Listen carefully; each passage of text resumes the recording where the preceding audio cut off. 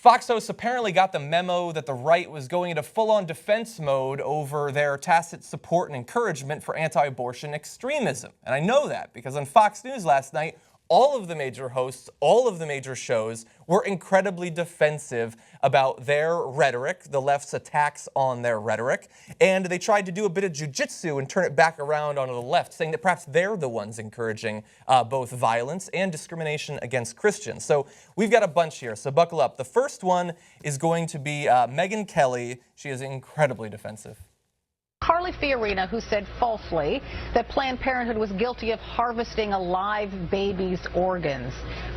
So is it this kind of rhetoric that's fueling these mentally unbalanced people to act? It was the rhetoric. Chris, it has to be the rhetoric that drove the guy who was engaging in animal torture to commit this act. But is this not an evidence of the bias in some of these reporters who are on the pro-choice side and think any expression of the anti-abortion, the pro-life stance is angry rhetoric? If you use the term baby killers, which the pro-life people believe abortion is, that's the hateful rhetoric they want to shut down. That's the hateful rhetoric they want to pin this crime on.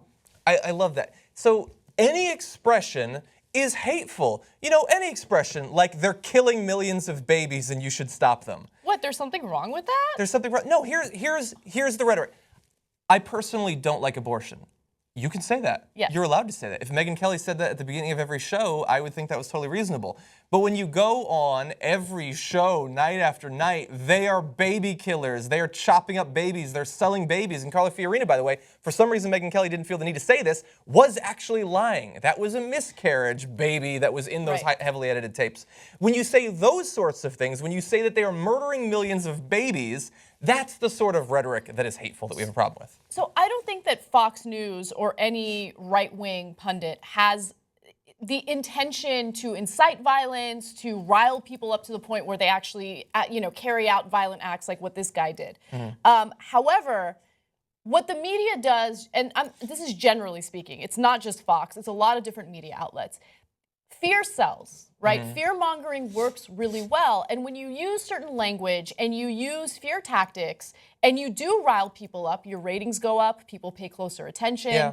You know, not doing sensationalistic news is the ethical correct thing to do. However, sensationalist news is what gets the eyeballs. That's what people like to look at. Yeah. And so when Fox News uses the kind of rhetoric that they do, maybe they don't intend on inciting violence, but it does lead to some people who are unhinged to hear the words baby killer over and over again and then feel the need to engage in vigilante justice. And that's what's happening right now. Now, am I going to pinpoint, Bill O'Reilly or Megyn Kelly and say, you know what, they should be prosecuted because they're inciting violence and this is a real problem that we need to deal with? No, but I do think that this is a great time to kind of step back, look at our rhetoric and see what kind of impact it has on society. If they're not allowed, or if we're not allowed to have an open dialogue about what the reality is, it shows you how close-minded they are. First of all, Planned Parenthood is not an organization that kills babies. Planned Parenthood is an organization that provides many health services to women, and abortion is 3% of what they do, okay? And they're not killing babies. You might think it's life at the moment of conception. I disagree. I don't think it's life at the moment of conception. That's a huge disagreement in the country. Regardless of whether or not we disagree, at this point, the Supreme Court has ruled that abortion is legal.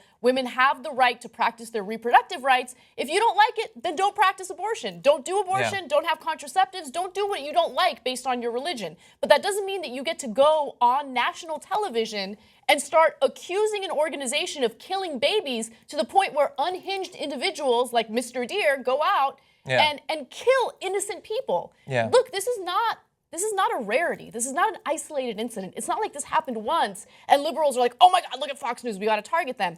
This happens over and over and over again. Multiple attacks, Since the Center for Medical Progress released their so-called sting videos, which were edited and defamatory, 4 other Planned Parenthoods have been targeted, okay, in vandalism and things like that. So there's obviously an issue here, and we need to have a discussion about it. Yeah, they're not responsible for there being crazy people, but if there are crazy mountain men Christians who are ready to get riled up about abortion, and then you go out there every day and you say baby parts and baby killers and baby parts and baby killers, when they commit the act and then they're rambling about baby parts, maybe feel a little bit of remorse. Maybe go 24 hours, 48 hours before you go back to attacking that organization.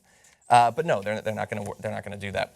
Now, she was talking there about the hateful rhetoric that the left is always attacking, implying that it is rare, that it's not particularly hateful, perhaps. Now, JR has put together a montage here of what some of that actually looks like. You know how to stop abortion? Require that each one occur with a gun. Not once did anybody in the elite media ask why Barack Obama voted in favor of legalizing infanticide. And if people can come up with a reasonable explanation of why they would like to kill a baby. You'll have to ask God why he didn't kill him. I'm not in charge of the death or life of the Supreme Court judges, so it's in God's hands whether they live a long life. But that thing was called Blackmun's abortion. It is President Obama who, as a state senator, voted to protect doctors who killed babies who survived the abortion.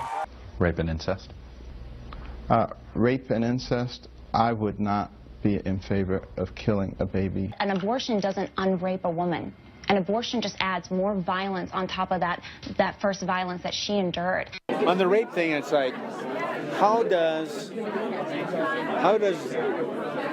putting more violence onto a woman's body and taking the life of an innocent child that's a consequence of this crime, how does that make it better? In the last case scenario, you would use deadly force to stop an abortion. If that is the, if there's no other choice, that's what's needed to protect the citizen. Some of those videos I had forgotten about or never saw. Like, the way to stop abortion is to make sure that everyone's done with a gun. He's saying that you should literally shoot women in the stomach to perform abortions. That's not violent rhetoric at all. No, not at all. Or Robertson there saying, well, you know, maybe the Supreme Court justices get assassinated, maybe they don't. It's in God's hands. Wink.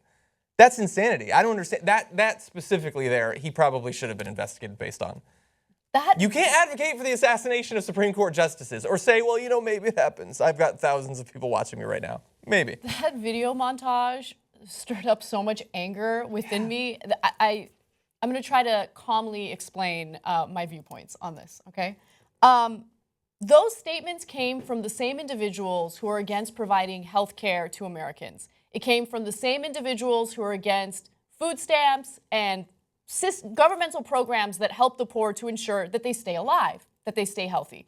Those same statements came from people who deny our veterans, the same troops that they're constantly talking about supporting, basically denying them mental health care and things that would help them integrate back into society as healthy human beings. These are the pro-lifers that are making these strong, violent statements toward women who choose to practice their reproductive rights, or women, people in general, who choose to support reproductive rights. This is not about life. If they cared about life, they would go out of their way to improve the lives of Americans that are living and breathing today. But they continuously go out of their way to protect the lives of corporations, the wealthiest people in the country, the whitest people in the country, and that's all that really matters to them. The only time the issue of abortion ever comes up, and you'll notice this pattern, is when there's a presidential election coming around. When there's a presidential election, all of a sudden, oh my God, we care so much about these babies. Babies this, babies that, babies. You can't kill any babies. It's for political fucking gain. That's all it's about. That's all they care about. It's political gain. They don't care about lives. And so they target Planned Parenthood with this violent rhetoric, and then as soon as some crazy unhinged person carries out an act of violence, like, what? I don't know. Where did that come from? It's not us. It's not us. You can't keep fucking saying baby killer, because when you do that, then crazy people will carry out acts of violence, okay? That is violent rhetoric, and your violent rhetoric translates to violent actions. If you don't get that, well, you're either in denial or you know it's true and you just don't want to admit it. Yeah, you're totally right. It shows that they don't actually care about the babies because they only care about it when elections come around. And also this last incident shows us that they don't care about cop lives either. Because they don't seem that concerned with the cops being killed. In other cases when cops are killed, they do seem to care. In this case, it's all about protecting themselves. And to go back to Megyn Kelly's thing where she said, they're saying that the rhetoric led him to do it. As if rhetoric, as if hours and hours every day of political communication and persuasion can't do anything. If you don't think it can accomplish anything, what have you chosen this career for? And also, when they talk about terrorism and why terrorists do what they do, they're always saying, well, you know, it's these mullahs, the leaders of these churches. How could they possibly be responsible? They're just using rhetoric. That's what convinces people to do shit. When you tell them they're baby killers, that they're chopping up and selling baby parts, that's to spur them into action, to go vote. No, of course, if they actually believe you, and you know they do because they believe in their Christian holy books as much as the crazy fundamentalist Muslims believe in theirs, they're not going to just vote for a candidate based on it. Some of them are going to pick up their guns that you've made easily accessible, and they're going to take matters into their own hands. That seems to be the case to me.